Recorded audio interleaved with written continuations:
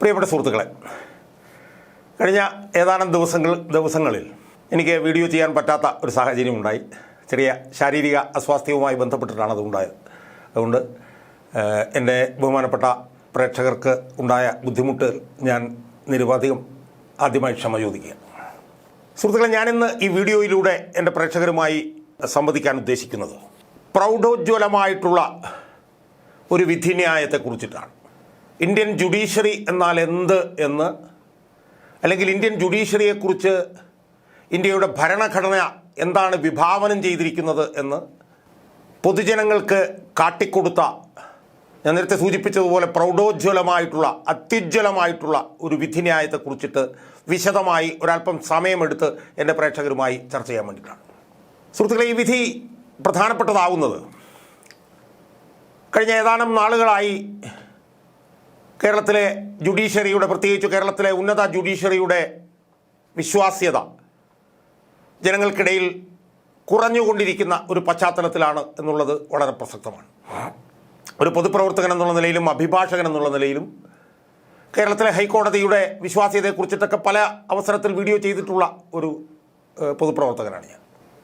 അപ്പോൾ ആ പശ്ചാത്തലത്തിൽ ജുഡീഷ്യറിയുടെ ശക്തി എന്താണ് എന്ന്, ജുഡീഷ്യറി ആർക്കും സ്വാധീനിക്കാൻ കഴിയില്ല എന്ന് ജുഡീഷ്യറി ജനങ്ങളോട് ഉച്ചത്തിൽ, ഉറച്ച ശബ്ദത്തിൽ, ധൈര്യത്തിൽ വിളിച്ചു പറയുന്ന ഒരു വിധിന്യായം തലശ്ശേരി സെഷൻസ് കോടതിയിൽ നിന്ന് ഒക്ടോബർ 29 രാവിലെ 11 മണിക്ക് പ്രഖ്യാപിക്കപ്പെട്ടു എന്നുള്ളത് ജനാധിപത്യ വിശ്വാസികളായിട്ടുള്ള നമ്മെ സംബന്ധിച്ചിടത്തോളം വളരെ ചാരിതാർത്ഥ്യജനകമാണ് എന്ന് എനിക്ക് സൂചിപ്പിക്കുന്നതിൽ തെല്ലും മടിയില്ല. സുഹൃത്തുക്കളെ, ഞാൻ ഈ വിധിന്യായം വരുന്ന അന്ന് രാവിലെ എൻ്റെ ഏറ്റവും അടുത്ത സുഹൃത്തിനോട് ഫോണിൽ ചോദിച്ചു. ഇന്ന് എങ്ങനെയായിരിക്കും ഈ വിധി വരിക എന്ന് ചോദിച്ചപ്പോൾ എൻ്റെ സുഹൃത്ത് എന്നോട് പറഞ്ഞത്, ഷാജഹാൻ, തലശ്ശേരിയിലെ ഒരു ജഡ്ജിക്ക് ജീവഭയമുണ്ടെങ്കിൽ എങ്ങനെ സർക്കാരിനെതിരെയും CPM-നെതിരെയും വിധി പ്രഖ്യാപിക്കാൻ കഴിയും എന്ന് ഒരു സുഹൃത്ത് എന്നോട് ചോദിച്ചു. എൻ്റെ ഏറ്റവും അടുത്ത ആത്മാർത്ഥ സുഹൃത്ത്. കാരണം തലശ്ശേരി എന്ന് പറഞ്ഞാൽ നമുക്കറിയാമല്ലോ പ്രദേശം എന്താണെന്ന്. ആ തലശ്ശേരിയിലെ ഒരു കീഴ്ക്കോടതിക്ക് എങ്ങനെയാണ് CPM-ൻ്റെ താല്പര്യങ്ങൾക്ക് വിരുദ്ധമായി ഒരു വിധി പ്രഖ്യാപിക്കാൻ കഴിയില്ല? മരണഭയം ഉണ്ടാവില്ലേ ആ ജഡ്ജിക്ക് എന്ന് എൻ്റെ ഏറ്റവും അടുത്ത സുഹൃത്ത് എന്നോട് ചോദിച്ചു. ഞാനും ഏതാണ്ട് അങ്ങനെയൊക്കെ തന്നെയാണ് വിശ്വസിച്ചിരുന്നത്. പക്ഷേ തലശ്ശേരി പ്രിൻസിപ്പൽ സെഷൻസ് കോടതിയിലെ ജഡ്ജായിട്ടുള്ള ശ്രീമാൻ KT നിസാർ അഹമ്മദ് നമ്മളെല്ലാവരെയും രക്ഷിച്ചു. നമ്മളെല്ലാവർക്കും വേണ്ടിയാണ് ആ നിസാർ അഹമ്മദ് ആ വിധി പ്രഖ്യാപിച്ചത്. കേരളത്തിലെ നല്ലവരായ മുഴുവൻ ജനങ്ങൾക്കും വേണ്ടി അദ്ദേഹം വിധി പ്രഖ്യാപിച്ചു. അദ്ദേഹത്തിന് മരണഭയം ഉണ്ടായില്ല.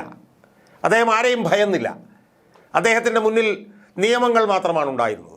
അദ്ദേഹത്തിൻ്റെ മുന്നിൽ ഭരണഘടന മാത്രമാണ് ഉണ്ടായിരുന്നത്. അദ്ദേഹത്തിൻ്റെ മുന്നിൽ ജനങ്ങളോടുള്ള പ്രതിബദ്ധത മാത്രമാണ് ഉണ്ടായിരുന്നത്. അദ്ദേഹം ആരെയും ഭയന്നില്ല. അദ്ദേഹം ഒരു അധികാരിയെയും ഒരു അധികാര സ്ഥാപനത്തെയും ഭയന്നില്ല. അദ്ദേഹം ഈ ഉമേഷ് ബാബുവിൻ്റെ ഭാഷയിൽ ഈ തെമ്മാടി ഭരണത്തെ, ഈ ഗാങ്സ്റ്റർ സ്റ്റേറ്റിനെ അദ്ദേഹം ഭയന്നില്ല. അദ്ദേഹം വിധി പ്രഖ്യാപിച്ചു. ചിലരൊക്കെ ഇവിടെ വിമർശിക്കുന്നുണ്ട്, ഇത് ജനങ്ങൾക്ക് വേണ്ടിയും നവീൻ ബാബുവിൻ്റെ കുടുംബത്തിനും വേണ്ടിയിട്ടുള്ള വിധിയാണെന്ന്. ആയിരിക്കാം. പക്ഷേ ആ വിധി പ്രഖ്യാപിച്ചത് നിയമത്തിൻ്റെ 4 അതിരുകൾക്കുള്ളിൽ നിന്നുകൊണ്ടാണ്, ഭരണഘടനയുടെ 4 ചുവരുകൾക്കുള്ളിൽ നിന്നുകൊണ്ടാണ്, നിയമങ്ങൾ ഉദ്ധരിച്ചുകൊണ്ടാണ് എന്ന് അർത്ഥശങ്കയ്ക്കിടയില്ലാത്ത വിധം ആ വിധി തെളിയിച്ചിട്ടുണ്ട്. ആ വിധിന്യായത്തിലേക്ക് ഞാനൊന്ന് കടക്കുകയാണ്. നമുക്ക് ഈ പറഞ്ഞതുപോലെ സമരം ചെയ്യുന്നവർക്ക് ഭയപ്പെടാതെ സമരം ചെയ്യാം എന്നുള്ള ഒരു സൂചനയാണ് ഈ വിധി നൽകുന്നത്. കാരണം നമ്മൾ ഈ കേരളത്തിലെ പ്രത്യേക രാഷ്ട്രീയ സാഹചര്യത്തിൽ ഈ ഗവൺമെൻറ്റിൻ്റെ ഈ പറഞ്ഞതുപോലെ ഈ അധോലോക ഇടപാടുകളുടെ പശ്ചാത്തലത്തിൽ നമ്മളൊക്കെ വളരെ ഈ പറഞ്ഞ പോലെ നമ്മൾ പ്രതീക്ഷ നഷ്ടപ്പെട്ട് നമ്മൾ ജീവിക്കുകയായിരുന്നല്ലോ. സുഹൃത്തുക്കളെ, നമുക്ക് പ്രതീക്ഷ നഷ്ടപ്പെടാതെ നമുക്ക് സമരം ചെയ്യാം, പോരാടാം എന്നുള്ള ഒരു ഉറപ്പ് നൽകുന്നതാണ് ഈ വിധി. ഞാൻ നേരത്തെ സൂചിപ്പിച്ചു, ഈ ഗവൺമെൻറ്റിൻ്റെ അഴിമതി ഭരണം, ഇവരുടെ ഏകാധിപത്യ ഭരണം, പ്രതിപക്ഷത്തിൻ്റെ ഈ പറഞ്ഞതുപോലെ കഴിവില്ലായ്മ, ചത്ത പ്രതിപക്ഷം. അപ്പോൾ ഈ സാഹചര്യത്തിൽ എങ്ങനെയാണ് ഇനി പോരാടാൻ കഴിയുക എന്നുള്ള ഒരു ധൈര്യക്കുറവിലാണ് ജനങ്ങളിൽ ഭൂരിപക്ഷവും ജീവിച്ചിരുന്നത്. അവർക്ക് വളരെയധികം ഊർജം നൽകുന്ന ഒരു വിധിയാണിത്. അവരുടെ സംരക്ഷകരായി ജുഡീഷ്യറി ഉണ്ട് എന്ന് അർത്ഥശങ്കയ്ക്കിടയില്ലാത്ത വിധം തെളിയിക്കുന്ന ഒരു വിധിന്യായമാണ്. ഞാൻ പലപ്പോഴും പറഞ്ഞിട്ടുണ്ട്, കോടതികൾ സെന്റിനൽ ഇൻ ദ ക്യൂ വൈവ് ആണോ എന്ന് ചോദിച്ചിട്ടുണ്ട്. അതായത് ജനങ്ങളുടെ മൗലികാവകാശങ്ങളെ സംരക്ഷിക്കുന്ന ജാഗ്രതയോടുകൂടിയുള്ള രക്ഷിതാവാണോ കോടതി എന്ന് ഞാൻ പലപ്പോഴും ചോദിച്ചിട്ടുണ്ട്. എനിക്ക് പലപ്പോഴും ആ കാര്യത്തിൽ സംശയങ്ങൾ ഉണ്ടായിട്ടുണ്ട് കോടതികളുടെ വിധിന്യായമായി. പക്ഷേ എൻ്റെ സംശയങ്ങളെല്ലാം മാറ്റിക്കളയുന്ന ഒരു വിധിയാണ് ഇത് എന്ന് ഉറച്ച ശബ്ദത്തിൽ എനിക്ക് പറയുന്നതിന് യാതൊരു മടിയുമില്ല. ഈ തലശ്ശേരി പ്രിൻസിപ്പൽ സെഷൻസ് കോടതിയിലെ ജഡ്ജിയായിട്ടുള്ള KT നിസാർ അഹമ്മദ് കാര്യകാരണ സഹിതം പുറപ്പെടുവിച്ചിട്ടുള്ള ഈ വിധിന്യായം judiciary is the sentinel in the qui vive എന്ന് അർത്ഥശങ്കയ്ക്കിടയില്ലാത്ത വിധം തെളിയിച്ചിരിക്കുന്നു എന്ന് എനിക്ക് പറയാൻ കഴിയും. അതായത് ജുഡീഷ്യറി ജനങ്ങളുടെ മൗലികാവകാശം സംരക്ഷിക്കുന്ന ജാഗ്രതയോടുകൂടിയുള്ള രക്ഷിതാവാണ് എന്ന് അർത്ഥശങ്കയ്ക്കിടയില്ലാത്ത വിധം തെളിയിക്കുന്നതാണ് ഈ വിധി എന്ന് പറഞ്ഞുകൊണ്ട് ഈ വിധിന്യായത്തിൻ്റെ വിശകലനത്തിലേക്ക് ഞാൻ കടക്കുകയാണ്. സുഹൃത്തുക്കളെ, ഇത് PP ദിവ്യ എന്ന് പറയുന്ന മുൻ ജില്ലാ പഞ്ചായത്ത് പ്രസിഡന്റിൻ്റെ മുൻകൂർ ജാമ്യാപേക്ഷയായിരുന്നല്ലോ, പ്രത്യേകിച്ച് നമ്മൾ പറയേണ്ട ആവശ്യമില്ല. ഈ വിധിന്യായത്തിന് 38 പേജുകളുണ്ട്. ആ 38 പേജുകളിൽ പ്രതിഭാഗത്തിൻ്റെ വാദങ്ങളുണ്ട്, നവീൻ ബാബുവിൻ്റെ കുടുംബത്തിൻ്റെ വാദങ്ങളുണ്ട്, പ്രോസിക്യൂഷൻ്റെ വാദങ്ങളുണ്ട്. ഇത് മൂന്നും വിശകലനം ചെയ്തുകൊണ്ടാണ് കോടതി മുൻകൂർ ജാമ്യം ഈ വനിതയ്ക്ക് കൊടുക്കരുത് എന്ന് ഒരു നിഗമനത്തിൽ എത്തിയിരിക്കുന്നത്. അപ്പോൾ അതിൻ്റെ ഈ മൂന്ന് വാദങ്ങളുടെയും വിശദാംശങ്ങളാണ് ഏതാണ്ട് 26ാമത്തെ പേജ് വരെ ജഡ്ജി പറഞ്ഞിട്ടുള്ളത്. 26ാമത്തെ പേജിലാണ് ജഡ്ജിൻ്റെ നിരീക്ഷണങ്ങൾ ആരംഭിക്കുന്നത്. അവിടെ അദ്ദേഹം 27ാമത്തെ പാരഗ്രാഫിൽ അദ്ദേഹം പറയുകയാണ്, 26ാമത്തെ പേജിൽ 27ാമത്തെ പാരഗ്രാഫിൽ അദ്ദേഹം പറയുകയാണ്, അഡ്മിറ്റഡ്ലി the accused attended a purely in-house function of giving farewell to the deceased uninvited. അതായത് പ്രതി ഒരു സ്വകാര്യ ചടങ്ങിൽ പങ്കെടുത്തു. ഈ ADM കൂടി യാത്രയപ്പ് നൽകുന്ന ഒരു സ്വകാര്യ ചടങ്ങിൽ ക്ഷണിക്കാതെ പങ്കെടുത്തു. പ്രാഥമികമായി പറഞ്ഞാൽ കണ്ണൂരിലെ ഒരു പ്രാദേശിക ടെലിവിഷൻ ചാനൽ ഈ ഫംഗ്ഷൻ കവർ ചെയ്യാൻ എത്തിയതുമായി ബന്ധപ്പെട്ടിട്ടുള്ള തെളിവുകളുണ്ട്. പ്രൈമ facie there is evidence to show that she attended the function by inviting the local television channel Kannur Vision to cover the function. അദ്ദേഹം അടുത്ത സെൻറ്റൻസ് ചോദിക്കുകയാണ്, അത് കോടതിയിൽ ഒരു മൂഡ് കാണിക്കുന്ന ഒരു സെൻറ്റൻസ് ആണ്. കോടതിയിൽ ജഡ്ജി ചോദിക്കുന്നത് എന്താണെന്ന് പറയും, it is beyond my comprehension.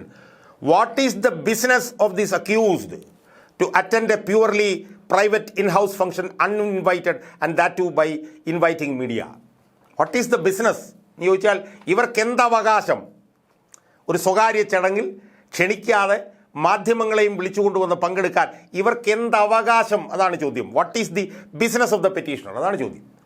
The above fact clearly shows the malafide on the part of the petitioner. ഇത് കൃത്യമായി വ്യക്തമാക്കുന്നത് ഈ പെറ്റീഷണറുടെ ഭാഗത്ത് ദുരുദ്ദേശമുണ്ടായിരുന്നു എന്നാണ്. അവർ ആ യോഗത്തിൽ പങ്കെടുത്തത് ക്ഷണിക്കാതെയാണ്, മാധ്യമങ്ങളെ വിളിച്ചുകൊണ്ടാണ്. She got her speech recorded, telecasted and circulated even at Pathanamthitta, the native place of the deceased and where he was transferred. പത്തനംതിട്ടയിൽ പോലും അത് പ്രചരിപ്പിച്ചു എന്ന് പറയുകയാണ്. എന്നിട്ട് പിന്നെ ജഡ്ജി അടുത്ത ഭാഗത്തേക്ക് കടക്കുകയാണ്. എങ്ങനെയാണ് കടക്കുന്നത്? ഈ ജഡ്ജി അടുത്തത് പറയുന്നത്, now the question is whether the above act of the accused amounts to instigation and abetment of the suicide of the deceased of the ADM. അതായത് ആ ADMൻ്റെ മരണത്തിനെ അവർ പ്രേരിപ്പിച്ചോ അല്ലെങ്കിൽ കുറ്റം ചെയ്യാൻ പ്രേരിപ്പിച്ചോ, അതിന് ദുഷ്പ്രേരണ ഉണ്ടായിരുന്നോ എന്നുള്ളതാണ് അവർ അടുത്ത ഘട്ടത്തിലേക്ക് ജഡ്ജി കടക്കുന്നത്. അപ്പോൾ അടുത്ത ഭാഗത്ത് അവർ ചെയ്തിരിക്കുന്നത് ഞാൻ നേരത്തെ സൂചിപ്പിച്ചതുപോലെ ഈ ADMൻ്റെ മരണത്തെ ഇവരുടെ പ്രവൃത്തി, ഇവരുടെ ഈ ദിവ്യയുടെ പ്രസംഗം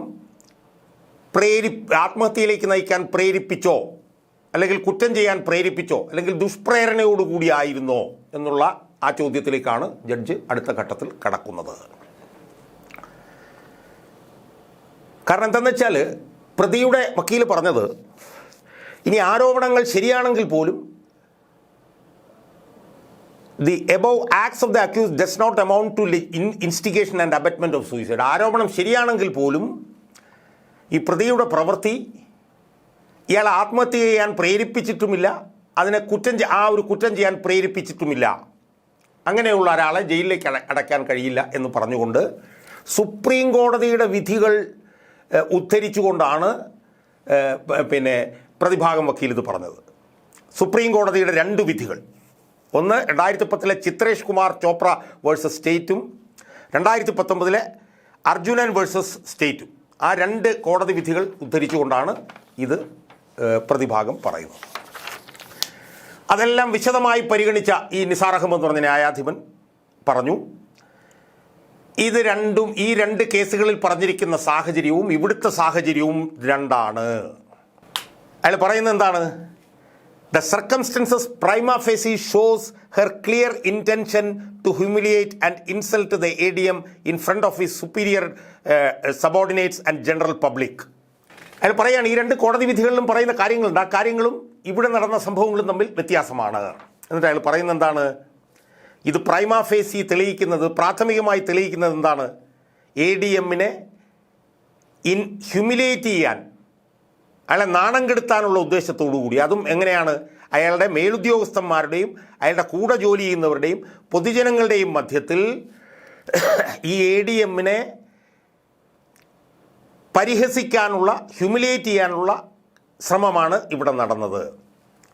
The word instigate literally means to provoke, incite, urge or bring about a persuasion to do anything. എന്നിട്ട് അയാൾ ഇൻസ്റ്റിഗേഷൻ എന്നുള്ള വാക്കിൻ്റെ അർത്ഥം പറയുക. അത് പറഞ്ഞിട്ട് അദ്ദേഹം പറയുന്നത്, so one can see that her acts amounts to instigation as contemplated in clause A of section 45 of BNS. അയാൾ പറയുന്നത് എന്താണ്? ആ വനിതയുടെ ശ്രമം BNSലെ 45A എന്നുള്ള വകുപ്പ്, ഇൻസ്റ്റിഗേഷൻ എന്ന് പറഞ്ഞിട്ടുള്ള വകുപ്പ് BNSലെ 45A ആണ്. അതാണ് അത് കാണിക്കുന്നത്. It is pertinent to note that. എന്നിട്ട് അദ്ദേഹം ആ പാരഗ്രാഫ് തുറന്ന് പറയാണ്, the admitted facts and circumstances, സാഹചര്യങ്ങൾ കാണിക്കുന്നത് prima facie clearly show that the act of the accused was pre planned and premeditated. അതാണ് അദ്ദേഹം പറയുന്നത്. പ്രഥമ ദൃഷ്ട്യാ ഈ പ്രതിയുടെ പ്രവൃത്തി തെളിയിക്കുന്നത് അത് മുൻകൂട്ടി ആസൂത്രണം ചെയ്തതും മുൻകൂട്ടി നിശ്ചയിച്ചതുമാണ്. Pre planned and premeditated. It is well evident that she herself contacted the bureau chief of the local television channel and requested to cover the function in which she was not even invited. So it got circulated and published. So the above act is clearly an instigation. അപ്പോൾ പ്രതിഭാഗം വക്കീൽ എന്താ പറയുന്നത്? ഇത് ഇനി അങ്ങനെ പറഞ്ഞെങ്കിൽ പോലും അത് ഇൻസ്റ്റിഗേഷൻ അല്ല എന്ന് രണ്ട് സുപ്രീം കോടതി വിധികൾ ഉദ്ധരിച്ചുകൊണ്ട് പറഞ്ഞതിനെ അർത്ഥശങ്കയ്ക്കിടയില്ലാത്ത വിധം ഖണ്ഡിച്ചുകൊണ്ട് അയാൾ പറയുകയാണ്. ജഡ്ജ് എന്താണ് പറയുന്നത്? ഇത് മുൻകൂട്ടി ആസൂത്രണം ചെയ്ത് മുൻകൂട്ടി നിശ്ചയിച്ചതുമാണ്. അത് മനസ്സിലാക്കുന്നത് എങ്ങനെയാണ്? ഒരു TV ചാനലും വിളിച്ചുകൊണ്ട് തന്നെ ക്ഷണിക്കാത്ത ചടങ്ങിലേക്ക് കയറി വരികയും അത് പ്രചരിപ്പിക്കുകയും പ്രസിദ്ധീകരിക്കുകയും ചെയ്തു. അതുകൊണ്ട് അത് ഇൻസ്റ്റിഗേഷനാണ്. കൃത്യമായി ജഡ്ജി പറയുകയാണ്. എന്നാൽ പ്രതിഭാഗം വക്കീൽ എന്ത് ചെയ്തു? വീണ്ടും 2-3 വിധിന്യായങ്ങളുമായി വരികയാണ്. 2-3 വിധിന്യായങ്ങളുമായി വന്നിട്ട് അദ്ദേഹം പറയുന്നത് എന്താണെന്നറിയോ? ഇനി മരിക്കാൻ പറഞ്ഞു എന്ന് പറഞ്ഞാൽ പോലും അതിന് the remarks is likely to cause harassment in ordinary course but will not come within the purview of instigation. നീ പോയി മരിക്കാൻ പറഞ്ഞു എന്ന് തന്നെ ഇരിക്കട്ടെ, അങ്ങനെയാണെങ്കിൽ പോലും അത് ഇൻസ്റ്റിഗേഷനിൽ വരില്ല എന്ന് വീണ്ടും വിധിന്യായങ്ങൾ കോട്ട് ചെയ്തുകൊണ്ട് പ്രതിഭാഗം വന്നു. അതും ജഡ്ജി തള്ളുകയാണ്. ജഡ്ജി തള്ളിയിട്ട് എന്താ പറയുന്നത്? None of the above there was allegation of pre planned and premeditated act. ഈ മുകളിൽ ഉദ്ധരിച്ചിട്ടുള്ള ഒരു ജഡ്ജ്മെൻറ്റിലും അത് മുൻകൂട്ടി ആസൂത്രണം ചെയ്തതാണെന്നും മുൻകൂട്ടി നിശ്ചയിച്ചതാണെന്നുമില്ല. Here, prima facie, there is a clear evidence that the accused attended the farewell function of the deceased uninvited and that too by she herself arranging a local television channel. എന്ന് പറഞ്ഞുകൊണ്ട് ആ വിധിന്യായത്തെയും ജഡ്ജി തള്ളുകയാണ്. ഇനി വീണ്ടും പ്രതി വിധിന്യായം കൊണ്ടുവരികയാണ്. 2024 supreme കോടതിയുടെ ഒരു വിധിന്യായം കൊണ്ടുവരികയാണ്, അമുദ വേഴ്സസ് ദ സ്റ്റേറ്റ്. അതിനെയും കാര്യകാരണ സഹിതം ജഡ്ജി തള്ളുകയാണ്. I am not inclined to accept the above submission also because in particular case as stated earlier it was a pre planned mediated act. അപ്പോൾ എത്ര ജഡ്ജ്മെൻറ്റ് ഞാൻ ചോദിക്കുന്നത്, എനിക്ക് തോന്നുന്നു ഇത് ഇവിടം വരെ നോക്കുമ്പോൾ ഏതാണ്ട് 8 ജഡ്ജ്മെൻറ്റുകൾ, 8 സുപ്രീം കോടതി ജഡ്ജ്മെൻറ്റുകളാണ് പ്രതിഭാഗം കൊണ്ടുവന്നത്. അതിനെ മുഴുവൻ കാര്യകാരണ സഹിതം തള്ളുകയാണ്. അതിൽ നിന്നും അടങ്ങാതെ വീണ്ടും പ്രതിഭാഗം 9ാമത്തെ ഒരു ജഡ്ജ്മെൻറ്റ് കൊണ്ടുവരികയാണ്. അതിനെയും ജഡ്ജി തള്ളുകയാണ് കാര്യകാരണ. ആ ജഡ്ജ്മെൻറ്റിൽ എന്താ പറയുന്നത്? Essence of the offence of the abetment to commit suicide is not what the deceased felt but what the accused intended. ഒരു ആത്മഹത്യ നടന്നയാൾക്ക് എന്ത് തോന്നി എന്നുള്ളതല്ല, അക്യൂസ്ഡ് അത് ഉദ്ദേശിച്ചോ എന്നുള്ളതാണെന്ന് പറഞ്ഞിട്ടൊരു വിധി ന്യായം കൊണ്ടുവരുന്നു. Murali versus the state of Kerala അതും തള്ളുകയാണ്, ആ വാദവും കാര്യകാരണ സഹിതം തള്ളുകയാണ്. അപ്പോൾ ഏതാണ്ടൊരു 10 സുപ്രീം കോടതി ജഡ്ജിമെൻറ്റുകളാണ് പ്രതിഭാഗം കൊണ്ടുവന്നിട്ടുള്ളത്. ആ 10 സുപ്രീം കോടതി ജഡ്ജിമെൻറ്റുകളെയും ഓരോന്നോരോന്നായി എടുത്ത് ഈ ത്രെഡ് ബെയർ പരിശോധിച്ച് അതെല്ലാം തള്ളിക്കളഞ്ഞുകൊണ്ട് ഇത് ഇൻസ്റ്റിഗേഷൻ ആണെന്നും ഇത് പ്രീ പ്ലാൻഡ് ആണെന്നും ഇത് പ്രീമീഡിയേറ്റഡ് ആണെന്നും തെളിയിക്കുകയാണ് നിസാർ അഹമ്മദ് എന്ന് പറഞ്ഞിട്ടുള്ള ജഡ്ജി. എന്നിട്ട് അവസാനം അയാൾ പറയുന്നത് എന്താണ്? 33-ാമത്തെ പേജിൽ അയാൾ പറയുകയാണ്, here going by the entire CD file and from the admitted facts prima facie there are sufficient materials to presume that the accused instigated the deceased to commit suicide. CD ഫയലുകൾ നോക്കുമ്പോഴും അതിൻ്റെ വസ്തുതകൾ പരിശോധിക്കുമ്പോഴും പ്രൈമ ഫേസി മനസ്സിലാക്കാൻ കഴിയുന്നത് ഈ പ്രതി ഈ മരണപ്പെട്ട ആളെ സൂയിസൈഡിലേക്ക് നടത്താൻ വേണ്ടിയിട്ട് ഇൻസ്റ്റിഗേറ്റ് ചെയ്തു എന്നാണ്, പ്രേരിപ്പിച്ചു എന്നാണ്. അത് വിശദമായി ഞാനതിൻ്റെ വിശദാംശങ്ങളിലേക്ക് സമയപരിമിതി കൊണ്ട് ഞാൻ പോകുന്നില്ല. എന്നിട്ട് അതിൻ്റെ ഇടയ്ക്ക് ഇപ്പോൾ വിവാദമായൊരു വിഷയമുണ്ട്. 34-ാമത്തെ പേജിൽ ജഡ്ജ് ഈ കളക്ടറുടെ ഒരു വിവാദ പരാമർശത്തെക്കുറിച്ച് പറയുന്നുണ്ട്. കാരണം 14-ാം തീയതി നടന്ന മീറ്റിങ്ങിന് ശേഷം ഇയാൾ ജഡ്ജിൻ്റെ കളക്ടറുടെ മുറിയിൽ ചെന്നൊന്നും തനിക്കൊരു mistake, the deceased said to the district collector that he committed a mistake. അതായത് യോഗം കഴിഞ്ഞപ്പോൾ ഈ ADM കളക്ടറുടെ മുറിയിൽ ചെന്നിട്ട് തനിക്കൊരു അബദ്ധം പറ്റി എന്ന് പറയുന്ന ആ വാദവും ജഡ്ജി പറയുന്നുണ്ട്. ആ പറഞ്ഞ വാദത്തിനെക്കുറിച്ചിട്ടാണ് ഈ ചർച്ചകൾ വരുന്നത്. ആ ജഡ്ജി അതിനെക്കുറിച്ച് എന്താണ് പറഞ്ഞതെന്നുള്ള സംബന്ധിച്ചിട്ട് ചർച്ച വരുന്നില്ല. അതിലെന്താ ജഡ്ജി പറഞ്ഞെന്താ? Of course it cannot be taken that it is an admission of receiving bribe or other form of corruption. അയാൾക്ക് തെറ്റുപറ്റി എന്ന് പറഞ്ഞാൽ അത് അയാൾ കൈക്കൂലി മേടിച്ചു എന്നർത്ഥം വരുന്നില്ല. എന്നിട്ട് ജഡ്ജി പറയാണ്, even otherwise if the deceased is a person who has no integrity and had received bribe the petitioner on getting out to have set the law. ഇനിയിപ്പം ഇൻറ്റഗ്രിറ്റി ഉള്ള ഒരാളല്ലായിരുന്നു എന്ന് വിചാരിക്കുക. അങ്ങനെയാണെങ്കിൽ പോലും അയാൾക്ക് ലോ എൻഫോഴ്സിംഗ് അതോറിറ്റി ഉണ്ട്, അവരെ സമീപിക്കുകയായിരുന്നു അയാൾ ചെയ്യേണ്ടിയിരുന്നത്. ഈ രാജ്യത്ത് we have all the machineries in this country, we have all the machineries and authorities to handle such instances. No person is expected to take the law into hands. നിയമം കയ്യിലെടുക്കാൻ ആർക്കും അവകാശമില്ല. What was expected from a public servant like the petitioner was to approach the proper forum of or authority. Instead of doing so under the guise of fighting corruption, she did the alleged act pre-planned and premeditated with the intention of insulting the accused. അപ്പോൾ law enforcing അതോറിറ്റിയെ സമീപിക്കുന്നതിന് പകരം കറപ്ഷനെതിരെ fight ചെയ്യുകയാണെന്ന് പറഞ്ഞുകൊണ്ട് മുൻകൂട്ടി നിശ്ചയിച്ച ഒരു പ്രവർത്തനം, അയാളെ insult ചെയ്യുന്നൊരു ഒരു പ്രവർത്തനം ആണ് നടത്തിയിട്ടുള്ളത്. This insult and humiliation has driven the deceased to take the extreme step. ഏറ്റവും എക്സ്ട്രീം സ്റ്റെപ്പായിട്ടുള്ള ആത്മഹത്യയിലേക്ക് ഈ ഇൻസൾട്ടും ഹ്യൂമിലിയേഷനും അയാളെ നയിക്കുകയാണ് ചെയ്തത് എന്നാണ് പറയുന്നത്. അപ്പോൾ ഇതെല്ലാം പറഞ്ഞതിന് ശേഷം ഈ 10-11 ജഡ്ജ്മെൻറ്റുകളും എല്ലാം തള്ളിക്കളഞ്ഞതിന് ശേഷം കൃത്യമായിട്ടുള്ള വിശകലനത്തിലേക്ക് ജഡ്ജി എത്തുന്നത്, she is A political leader having influence. വലിയ സ്വാധീനമുള്ളൊരു രാഷ്ട്രീയ നേതാവാണ്. So the chance of influencing the witness also cannot be ruled out. അതുകൊണ്ട് സാക്ഷികളെ സ്വാധീനിക്കാനുള്ള സാധ്യതയും തള്ളിക്കളയാൻ കഴിയില്ല. അവർ 35-ാമത്തെ പേജിൽ പറയുകയാണ്. അതിനുശേഷം ഏറ്റവും അവസാനം ഒരു വാദം പ്രതിഭാഗം കൊണ്ടുവന്നു. എന്താണ്? സ്ത്രീയാണ്, അവർക്ക് ഭർത്താവുണ്ട്, അവർക്ക് പ്രായമായിട്ടുള്ള അച്ഛനും അമ്മയുമുണ്ട്, അവരെ നോക്കേണ്ടി വരും. അപ്പോൾ അങ്ങനെയുള്ള സ്ത്രീകളുമായി ബന്ധപ്പെട്ടുള്ള കേസുകളിൽ അവർക്ക് ജാമ്യം കൊടുക്കേണ്ടതുണ്ട് എന്ന് BNSSൻ്റെ 480 എന്ന് പറഞ്ഞ വകുപ്പ് പറയുന്നുണ്ട് എന്ന് പറഞ്ഞുകൊണ്ട് പ്രതിഭാഗം വീണ്ടും വരികയാണ്. അപ്പോൾ ജഡ്ജി എന്താ പറഞ്ഞത്? 2015 കർണാടകത്തിലെ പവൻ ബല wife of Premchand versus state of HP and Bhavani Revanna versus state of Karnataka. കർണാടകത്തിലെ പ്രജ്വൽ രേവണ്ണയുടെ കേസുണ്ടല്ലോ, ആ കേസും പവൻ ബാല വൈഫ് ഓഫ് പ്രേംചന്ദ് എന്ന് പറഞ്ഞ കേസും എടുത്തുകൊണ്ട് ജഡ്ജി എന്താ പറഞ്ഞത്? ജഡ്ജി പറഞ്ഞത് ഇത് ആ കേസിൽ പറഞ്ഞിരിക്കുന്ന സാഹചര്യങ്ങളല്ല ഇവിടെയുള്ളത്. The circumstances of the case R entirely different from the present one. ഈ കേസും സ്ത്രീയാണ് ജാമ്യം കൊടുക്കണമെന്ന് പറഞ്ഞ് പ്രതിഭാഗം കൊണ്ടുവന്ന കേസിൻ്റെയും സാഹചര്യങ്ങൾ തമ്മിൽ വ്യത്യസ്തമാണ്. എന്നിട്ട് ജഡ്ജി പറഞ്ഞൊരു പ്രധാനപ്പെട്ട കാര്യം എന്താ? BNSSലെ സെക്ഷൻ 480 ഉപയോഗിച്ചിരിക്കുന്ന വാക്ക് മേ എന്നാണ്, ഷാൽ എന്നല്ല. മേ എന്ന് പറഞ്ഞു കഴിഞ്ഞാൽ വേണമെങ്കിൽ തീരുമാനിക്കാം, മേ എന്നാണ്. ഷാൽ എന്ന് പറഞ്ഞാൽ ലീഗലി ബൈൻഡിങ് ആണ്. ഷാൽ അല്ല ഉപയോഗിച്ചിരിക്കുന്നത്, മേ ആണ്. അതുകൊണ്ട് തന്നെ court has the discretion by considering the facts and circumstances of the case. അതുകൊണ്ട് കോടതിക്ക് അതിൻ്റെ വിവേചനാധികാരം ഉപയോഗിച്ചുകൊണ്ടും സാഹചര്യ തെളിവുകൾ ഉപയോഗിച്ചുകൊണ്ട് തീരുമാനിക്കാം. Here the circumstances itself disentitle her the relief of pre arrest bail. അതുകൊണ്ട് ഇവിടുത്തെ സാഹചര്യങ്ങൾ കാണിക്കുന്നത് അവർക്ക് കൊടുക്കാൻ പാടില്ല എന്നുള്ളതാണ്. പരാതിക്കാരിയുടെ മുൻകൂട്ടി തീരുമാനിച്ചിട്ടുള്ള, അതായത് the act of the petitioner is a pre planned and premeditated one with the sole intention of insulting and humiliating a highly reputed, high-ranking official. As submitted by the learned prosecutor, if a person is granted relief of pre-arrest bail, definitely it may give a wrong message to the society. അതായത് ഉന്നതമായിട്ടുള്ള ഉദ്യോഗസ്ഥനെ ആസൂത്രിതമായിട്ടുള്ള ശ്രമങ്ങളുടെ ഭാഗമായി insult ചെയ്യുകയും humiliate ചെയ്യുകയാണ് ചെയ്തത്.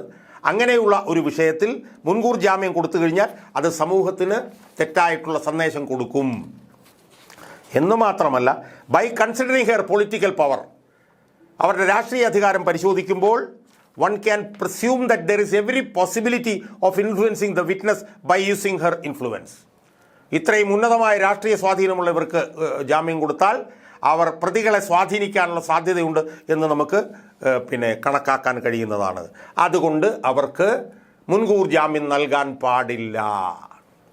സുഹൃത്തുക്കളെ, ഞാനൊരിപ്പം വിശദമായിട്ടാണ് ഈ വിധിന്യായം ഞാൻ വിശകലനം ചെയ്തത്. പക്ഷേ വിശകലനം ചെയ്യാതിരിക്കാൻ കഴിയില്ല. കാരണം മാധ്യമങ്ങളിലാകെ ഈ വിധി ഇക്കാര്യം ചർച്ച ചെയ്തെങ്കിലും ഈ വിധിന്യായം അതിൻ്റെ നെല്ലും പതിരും തിരിച്ചത് ത്രെഡ് ബെയറായിട്ട് പരിശോധിക്കാൻ ഒരിടത്തും ശ്രമങ്ങൾ നടന്നില്ല എന്നുള്ളതുകൊണ്ടാണ് ഞാൻ ചെയ്യുന്നത്. ഈ വിധിന്യായത്തിൽ ഞാൻ പറഞ്ഞു ഏതാണ്ട് ഒരു 10-13 വിധിന്യായങ്ങളാണ് ഇതിനകത്ത് കോട്ട് ചെയ്തിരിക്കുന്നത്. അതിൽ 10-11 വിധിന്യായങ്ങൾ പ്രതിഭാഗം തന്നെ കൊണ്ടുവന്നതാണ്. അത് ഓരോന്നെടുത്ത് ഇഴകീറി പരിശോധിക്കുകയാണ് ജഡ്ജ് ടി.കെ. നിസാർ അഹമ്മദ്.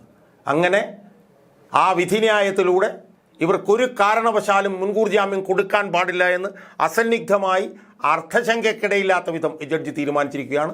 ഈ വിധി വലിയ കുരുക്കാകാൻ പോവുകയാണ് ദിവ്യയ്ക്ക് എന്നുള്ള കാര്യത്തിൽ യാതൊരു സംശയവുമില്ല. കാരണം തുടർന്നുള്ള നിയമ പോരാട്ടങ്ങളിലും ഈ വിധി വലിയ തോതിലുള്ള തിരിച്ചടിയായിരിക്കും. ഇത് വിചാരണഘട്ടത്തിൽ പോലും ഇത് ദിവ്യയ്ക്ക് ക്ഷീണമുണ്ടാക്കാൻ സാധ്യതയുള്ളതാണ് ഈ വിധി. അതുകൊണ്ട് ഞാൻ കൂടുതൽ ദീർഘിപ്പിക്കുന്നില്ല. ജുഡീഷ്യറി ജനങ്ങളുടെ മാനം കാത്തിരിക്കുകയാണ്. ജനങ്ങളുടെ മനോവ്യഥയ്ക്കൊപ്പം നിൽക്കുന്ന ഒരു കോടതി, ജനങ്ങളുടെ മൗലികാവകാശം സംരക്ഷിക്കുന്ന ജാഗ്രതയോടുകൂടിയുള്ള രക്ഷിതാവായിട്ടുള്ള ഒരു കോടതി. എന്നാൽ ജനങ്ങളുടെ ബോധ്യം മാത്രം കണ്ടുകൊണ്ട് അല്ല ഈ വിധി പ്രഖ്യാപിച്ചിരിക്കുന്നത്. അത് നമ്മൾ കാണണം. കാരണം പലരും പറയുന്നുണ്ട് ഇത് നവീൻ ബാബുവിൻ്റെ കുടുംബത്തിന് യോജിച്ച വിധിയാണ്, ഇത് പൊതുമണ്ഡലത്തിന് യോജിച്ച വിധിയാണെന്നൊക്കെ. ആയിരിക്കാം. ആണെങ്കിൽ പോലും നിയമത്തിൻ്റെ നാലതിരുകൾക്കുള്ളിൽ നിന്നുകൊണ്ട്, ഭരണഘടനയുടെ നാലതിരുകൾക്കുള്ളിൽ നിന്നുകൊണ്ട്, സുപ്രീം കോടതി വിധികളുടെ അതിരുകൾക്കുള്ളിൽ നിന്നുകൊണ്ട് ആ ടി.കെ. നിസാർ അഹമ്മദ് എന്ന് പറഞ്ഞിട്ടുള്ള ആ ന്യായാധിപൻ ഒരു വിധത്തിലുള്ള സ്വാധീനത്തിനും വഴങ്ങാതെ CPMൻ്റെ ചുവപ്പ് കോട്ടയിൽ നിന്നുകൊണ്ട് പ്രഖ്യാപിച്ചിട്ടുള്ള ഈ വിധി കേരളത്തിലെ ജുഡീഷ്യറിയുടെ മാത്രമല്ല ഇന്ത്യൻ ജുഡീഷ്യറിയുടെ തന്നെ സൽപ്പേര് ഉയർത്തിക്കാണിക്കുന്ന മഹത്തരമായിട്ടുള്ള ഒരു വിധിയാണ് എന്ന് നമുക്ക് ഉറച്ച ശബ്ദത്തിൽ നമുക്ക് പറയാൻ കഴിയും. ഇത് നീതിക്ക് വേണ്ടി പോരാടുന്ന ജനങ്ങളെ സംബന്ധിച്ചിടത്തോളവും ഈ നവീൻ ബാബുവിൻ്റെ കുടുംബത്തെ സംബന്ധിച്ചിടത്തോളം വളരെയേറെ ഇൻസ്പയറിംഗ് ആണ് എന്നുള്ള കാര്യത്തിൽ ഒരു തർക്കവുമില്ല എന്നാണ് ഒരു പൊതുപ്രവർത്തകൻ എന്നുള്ള നിലയിലും ഒരു അഭിഭാഷകൻ എന്നുള്ള നിലയിലും എനിക്ക് സൂചിപ്പിക്കാനുള്ളത്.